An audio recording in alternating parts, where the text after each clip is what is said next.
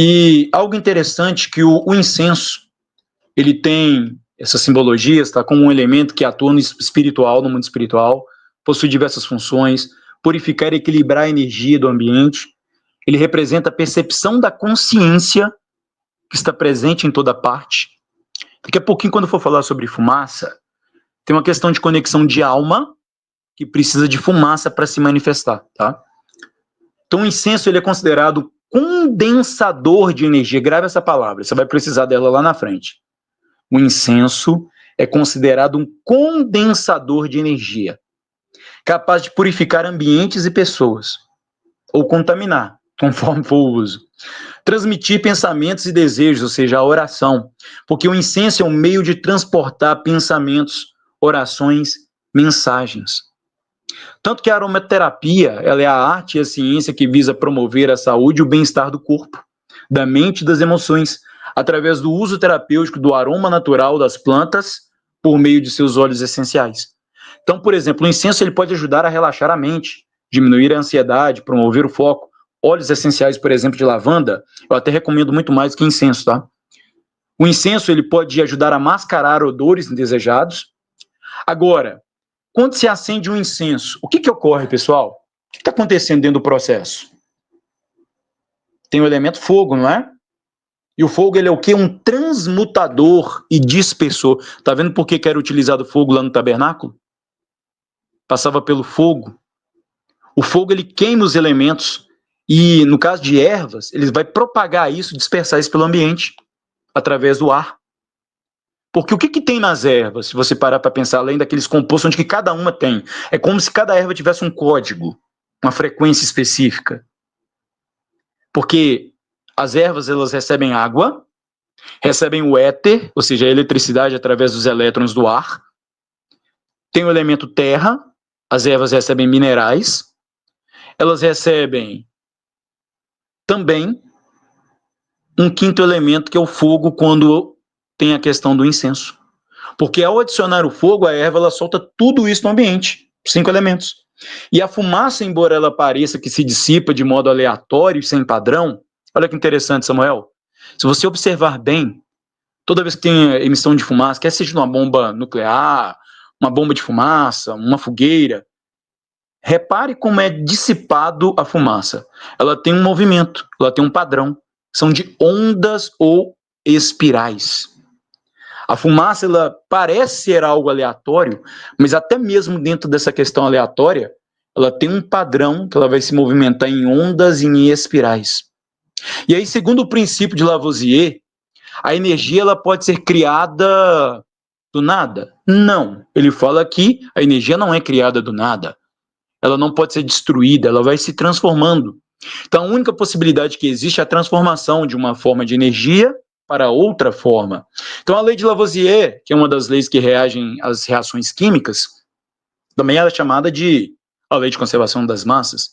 Então, segundo essa lei, a massa das substâncias envolvidas em uma reação química se mantém constante. Ou seja, a massa dos reagentes é igual à massa dos produtos. Essa lei ela pode ser verificada quando uma reação é realizada num sistema fechado. Por exemplo, eu vou explicar isso melhor aqui para vocês. Você pegar um quilo de lenha, tá? Tem a massa ali. E você pesa, tem 1 quilo ali, você coloca dentro de um ambiente fechado e você adiciona fogo ali e incinera aquela lenha. Você vai ter ali o quê? Gases, fuligem, cinzas, vapor de água, vários compostos químicos, né? E se você pesar isso tudo, você vai ter ainda 1 quilo. Ou seja, você pesando os gases, a fuligem, as cinzas, tudo ali, o que mudou? Você transformou os elementos. Aquela madeira ali, aquela lenha, você agora virou gás, virou uma série de outros compostos, tá?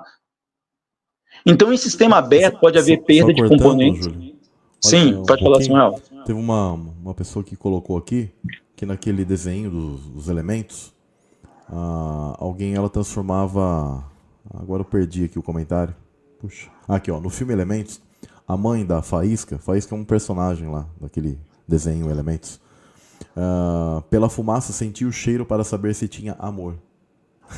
É interessante como eles têm esse tipo de noção, né, mesmo em filmes, em coisas do tipo, eles sabem dessa questão de exalar, né? Aliás, os próprios animais eles são muito sensíveis para sentir a percepção de nossos sentimentos em relação a odores ou coisas que são liberadas, né? Eles conseguem sentir o sentimento nosso através de cheiros, né? Principalmente o cachorro e outros animais são sensíveis a isso, né? Então toda essa energia, essa questão, ela está completamente ligada. Eu não sei se você chegou ou vai chegar a fazer você falando isso, sempre lembro de passagens como Coríntios, que fala assim: porque nós somos como o cheiro suave do incenso. É 2 Coríntios 2,15. Você chegou, por acaso, a separar esse verso, alguma coisa? Não, isso aí Tem é insight Apocalipse, e complemento muito interessante. Apocalipse 8,3 também diz, né, sobre essa questão da oração. Então veio outro anjo com um incensário de ouro e colocou-se junto ao altar. E lhe deram uma grande quantidade de incenso para que ele misturasse com as orações do povo de Deus. Essa aí eu não sei se você também chegou a separar, mas olha só a questão da mistura da oração e, né, essa fumaça sendo misturada. Toda essa energia condensada, né?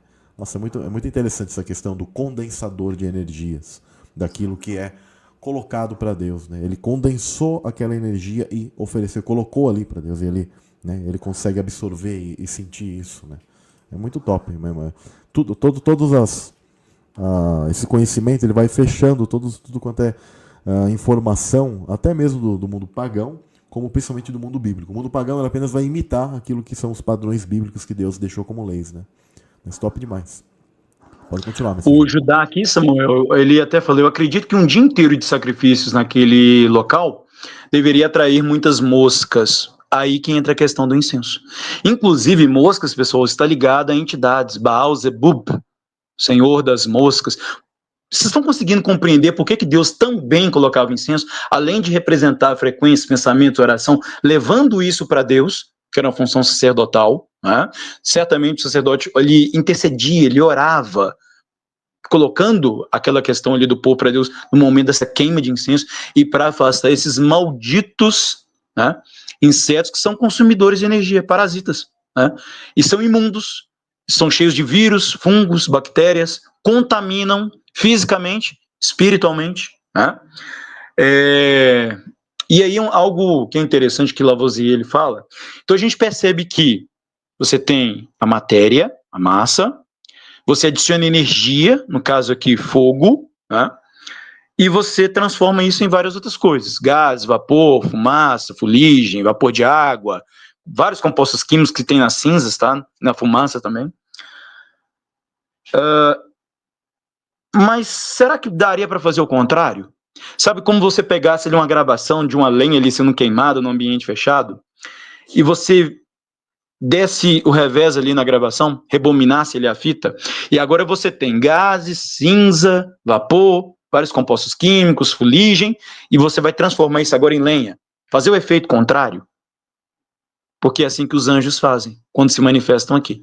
Então você tem um padrão onde você tem matéria que se transforma em energia. Perfeito? Algo mais volátil, menos denso. Você tem lenha, você tem vapor, fumaça. Os anjos, eles vêm desse mundo menos denso, de energia, e quando eles adentram, que eles têm que se equilibrar com as leis da física desse mundo e com a densidade desse mundo. Então eles fazem o inverso das leis da conservação das massas de Lavoisier. E isso tem a ver também com portais, que a gente vai exemplificar lá na frente, tá? Então, sim, a massa ela pode ser convertida em energia e a energia pode ser convertida em massa. Tanto é que Einstein mostrou que energia não é apenas uma coisa que corpos podem ou não ter. Porque, segundo a relatividade espacial, matéria e energia são interconversíveis. É possível transformar matéria ou massa em energia e vice-versa. Agora, na queima, a matéria, ela deixa de existir, vão surgir ali vários compostos, né? E vai se transformar em energia. Como eu falei, os anjos eles vão fazer o processo mais difícil, né? Por isso que tem mais habilidade, mais poder, mais conhecimento para agir nisso aí. E aqui entra, a gente está falando sobre sacrifício, Antigo Testamento, que é justamente essa questão aqui. Antigo Testamento versus Novo, né? Hebreus 9, 13 e 15. Porque se o sangue dos touros e bodes e a cinza de uma novilha esparzida sobre os imundos o santifica contra a purificação da carne, Detalhes imundos aqui é a questão de hanseníase, né? Que era a lepra. Quanto mais o sangue de Cristo, que pelo Espírito Eterno se ofereceu a si mesmo, imaculado a Deus, purificará as vossas consciências das vossas obras mortas, para servides ao Deus vivo. Por isso é mediador de um novo testamento, para que, intervindo a morte para a remissão das transgressões que havia debaixo do primeiro testamento, os chamados recebam a promessa da herança eterna. Aqui ele faz um contraponto à antiga aliança, nova aliança. E o sangue de Cristo como um mediador muito mais duradouro, superior de uma nova aliança.